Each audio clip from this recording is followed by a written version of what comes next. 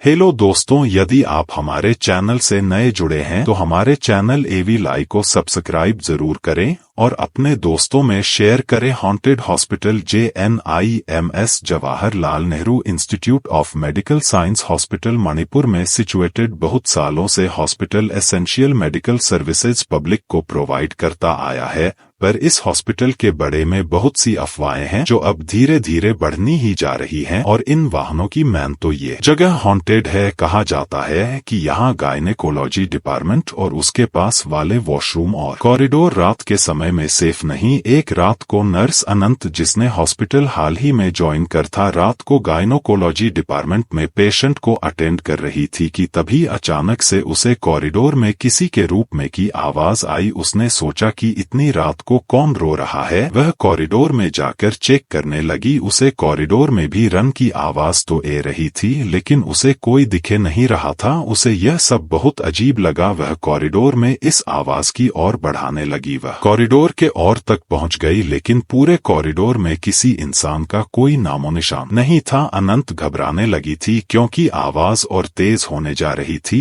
और वहां कोई भी नहीं था। अनंत डर से वापस पेशेंट रूम में जाने लगी और जैसे ही वो वापस जान के लिए मुड़ी, उसको अपने पीछे किसी के होने का एहसास हुआ। उसे लगा जैसे उसके पीछे कोई खड़ा है, लेकिन इससे पहले अनंत कुछ कर पाती, अचानक से उसे कॉरिडोर की लाइट्स फ्लिकर होने लगी और उसके अगले ही सेकंड वो फिक्र होना बैंड हो गई। अनंत को एहसास होने लगा कुछ तो जरूर कुछ अन्ना नेचुरल हो रहा है। रन की आवाज बढ़नी गई और जैसे ही अनंत ने पीछे मुड़कर देखा तो एक औरत पेशेंट के कपड़ों में वहां जमीन पर दीवार की तरफ मुड़कर बैठी हुई दीवार को रोटी रोटी स्क्रैच कर रही थी। वो बार बार बस यही बोल रही थी, मेरे साथ गलत हुआ मेरे साथ। यह देखकर अनंत एकदम सुन पद गई थी, जैसे अनंत की बॉडी ही फ्रिज हो गई हो। अनंत को समझ नहीं ये रहा था कि अचानक से उसके साथ ऐसा क्या हो रहा है और उसके सामने वो लेडी पेशेंट कौन है और ऐसे क्यों बिहेव कर रही है।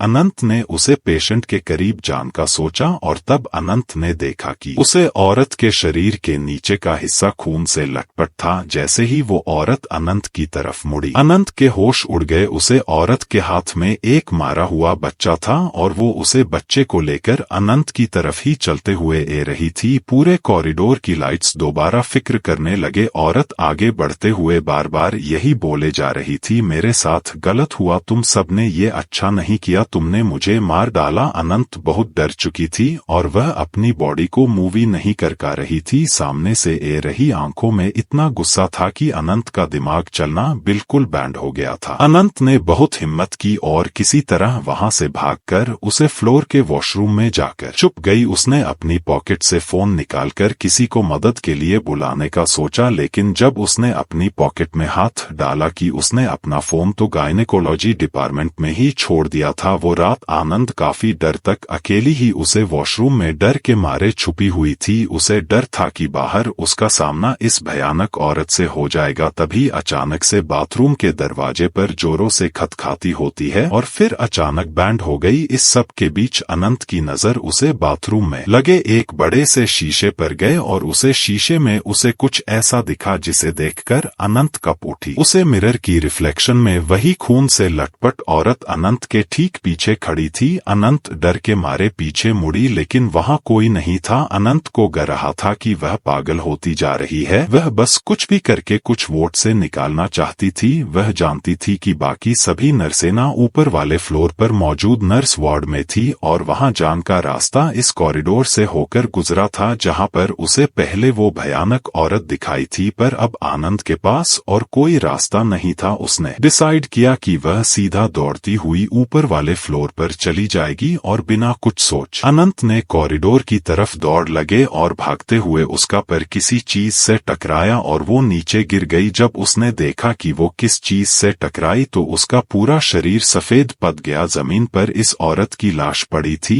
जो उसे कुछ डर पहले कॉरिडोर में अच्छी थी। उसे औरत की बॉडी को देखते ही अनंत को डर पड़ने लगे और वह बेहोश हो गई। अगले दिन उसकी आंख खुली तो वह खुद उसे हॉस्पिटल में एक पेशेंट पेशेंट थी, उसे ड्रिप लगी थी और कई नर्स उसके आसपास बैठी थी। अनंत ने सभी को अपने साथ हुआ हादसा बताया, पर किसी को उसके ऊपर विश्वास नहीं हुआ। सबने उसे कहा कि वो अपनी जब के चलते अपनी सेहत का ख्याल नहीं रखती और उसे कुछ दोनों की छुट्टी लेनी चाहिए। इस दिन की शाम को जब आनंद के रूम में कोई नहीं था, एक बुद्धि नसों आई और उसने आनंद को बताया कि बस पर विश्वास करती है और जो औरत उसे कल रात को दिखाई उसका नाम शायराना था। करीबन 20 साल पहले शायराना को अपनी प्रेगनेंसी की लास्ट वीक में एक अब नॉर्मल हुआ था और उसके चलते उसे हॉस्पिटल में एडमिट किया गया था। प्रेगनेंसी में कॉम्प्लिकेशंस के चलते डॉक्टर ने शायराना की फैमिली को बताया कि उनके बच्चे अचानक वो किसी एक को ही बचा सकते हैं। फैमिली ने बच्चे को बचाने का डिसाइड किया। हस्बैंड के घर में एक बहुत भयानक आग गई और उसका पूरा परिवार जलकर मार गया। उसे दिन के बाद कई लोगों ने सायन की आत्मा को देखा है।